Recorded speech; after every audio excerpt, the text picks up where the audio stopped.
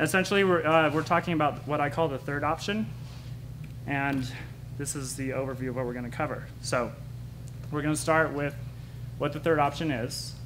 We're going to go over direct-to-fan distribution. Some of you might know about that already, some of you might not. We'll cover some crowdfunding information, and then Twitter, Facebook, and YouTube. So like I said, keep track of anything you want to know more about. A little bit about me. I started in the film industry in 2005, 6, I guess, depending on if you count those first short films. I've worked on about 20 union projects, and I've produced 2 features of my own, although I'm a little out of practice because that was 6 years ago. I was a consultant at Paramount for 2 years to the vice president of production, and I recently left that position, and while I was there, I did an MBA at UT Austin. So let's dive right in. The first option is essentially Hollywood. It's the option that's been around the longest, of course. And my question for you, if you're a filmmaker and you're trying to, get a project off the ground, or maybe you already have a project and you're trying to distribute it or something like that, is, are you already inside Hollywood? And most likely, if you're here tonight, you're not. So you probably have a goal, which is to get Hollywood's attention and cash. And unfortunately, that's really hard to do. Something we all have struggled with, trying to figure out how to do that, right? So festivals kind of come in as like this second option. And let's quickly look at some of the numbers between festivals. Sundance isn't the only festival, but it's a good way of thinking about how the festival market works. And essentially, the acceptance rate is 3%. And only a third of the movies that get in are actually purchased. So you're talking about 1% of the movies at Sundance are actually getting purchased. And you already have to have a movie. So, how did you pay for it? How did you make it to even get it into a festival in the first place? It's pretty tricky. And it turns out that your goal is still probably the same, which is to get Hollywood's attention and cash. Maybe you're into it for an award. Maybe that's your thing. But likely, you still have the same goal as option 1. So, good luck. The third option, which is what we're going to talk about tonight, is direct-to-fan. And it can mean a lot of things. So people have different ideas of what direct-to-fan is. There's the social media stuff like Twitter, Facebook, Google+, Tumblr, et cetera, et cetera, et cetera. So many different social networks. It can mean funding, right? So Kickstarter and Indiegogo, Chirpify, PayPal, fundraisers, raffles, all kinds of ways of just getting money for your project. It can even mean offline, like mini premieres. There's something called tug.com, which I'll cover in a little bit. Going to panels, attending conventions, and selling things. Essentially, direct-to-fan, to me, is all about minimizing the middleman. So all of those previous things qualify, but really, to me, it's about minimizing the middleman and being in constant and direct contact with your fans. And also being responsible for kind of growing and maintaining your own fan base. I'm going to cover 3 examples briefly, and these are completely different art forms. So first up is Louis C.K., who's a comedian, and he's kind of like one of the poster children for direct-to-fan. He sold a $5 video online and made $1 million in 12 days, just selling direct-to-fan. He later sold $4.5 million worth of tickets to his tour, direct-to-fan. He didn't go through Ticketmaster, and as you can see, Ticketmaster typically has like up to 40% fee. So by getting rid of that middleman, he was able to capture a lot more of the profit. Next up, we have a musician, Amanda Palmer. She did something on Twitter and using her webcam and made $19,000 in 2 nights. And last week, she actually repeated her experiment, which I'll explain to you in a second, and made $2,400 in the first hour. And essentially what she did is she invited all of her Twitter followers to hang out with her and she was on her webcam. and she made T-shirts for them, just drawing with a marker on blank shirts and selling them to her fans. And that's how she was able to make this money.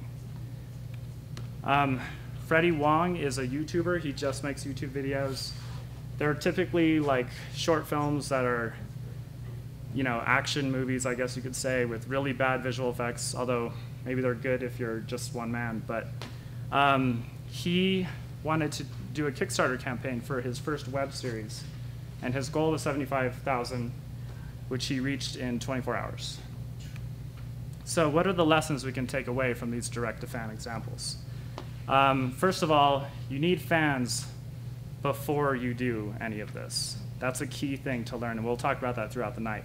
But essentially, Louis C.K. was touring since 1984. So obviously he had fans. Freddie Wong was on YouTube starting in 2006 and had 3.4 million YouTube subscribers by the time he decided to do his first Kickstarter campaign. So I consider missing out on YouTube to be one of the mistakes that I've made in my career because I was so focused on the Hollywood side.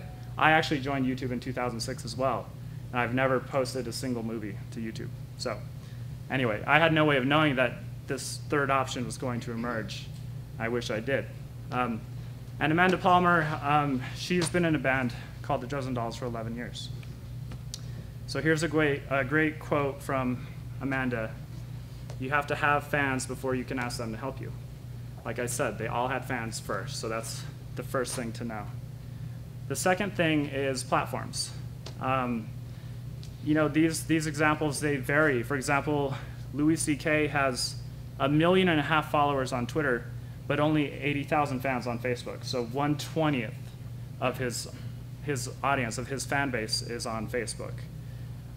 Freddie's kind of the opposite. He has 250,000 Twitter followers, but double on Facebook, and 14 times as many on YouTube. So the key is to use the platforms that your fan base is using, right? So it's not about your preference as a creator. It's about your fan base and what platforms they prefer to interact in. So it's really important to figure that out, and you know, basically you want to approach the correct platform. And just a side note about Freddie Wong, you know, he had all these subscribers on YouTube, but he didn't have a single email address until he did Kickstarter. So for the first time, now he had email addresses. So it's a way that Freddie was able to diversify into another platform, having another way of getting to his fans that Google didn't allow him to have direct email contact with before. So different ways of thinking about platforms. And again, the lesson here is to use a platform that your fans are using. And the third lesson is engagement. And here's a little business term that I'll make you guys learn. Basically, it's a vanity metric. Some of you may have heard this before. But you know, the number of followers you have, the number of fans, the number of hits, that is considered a vanity metric. It doesn't actually translate into revenue, right? There's no direct correlation. What you want to know is the percentage of those people who are engaged.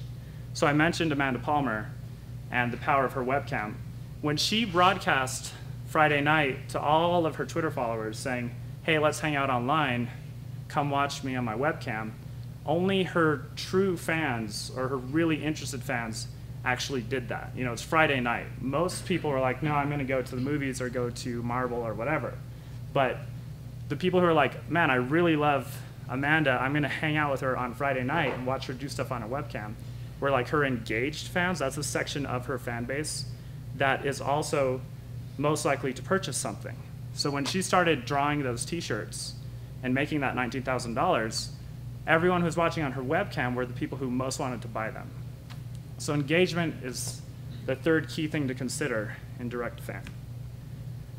So why should you care? There are lots of reasons, but basically, as opposed to Hollywood and the festival options, you make cash early and often in the lifetime of your direct-to-fan campaigns, essentially.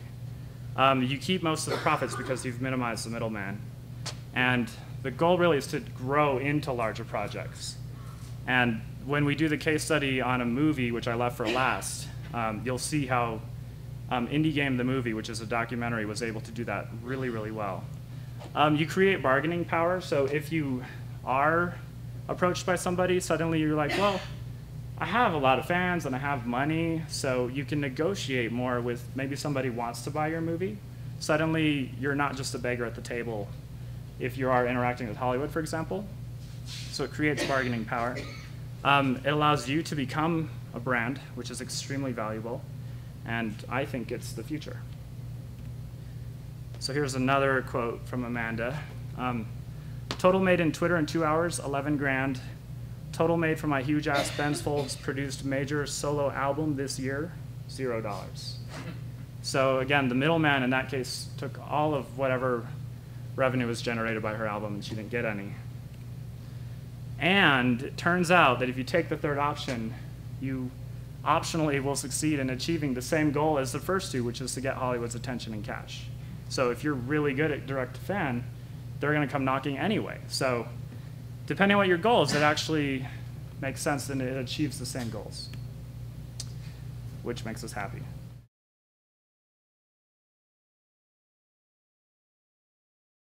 Offline definitely counts. I mentioned earlier, it's a great way. I mean, you look at Comic-Con, for example, you know, anything that puts you in direct communication with your fans and minimizes the middleman in some way, to me, counts as direct-to-fan. So it's not just about online. Like, it's not just Facebook. I think that's a common misconception. So it's really about combining all of these things to engage and grow that fan base and using them at different points, thank you, Dan, to continually grow and expand.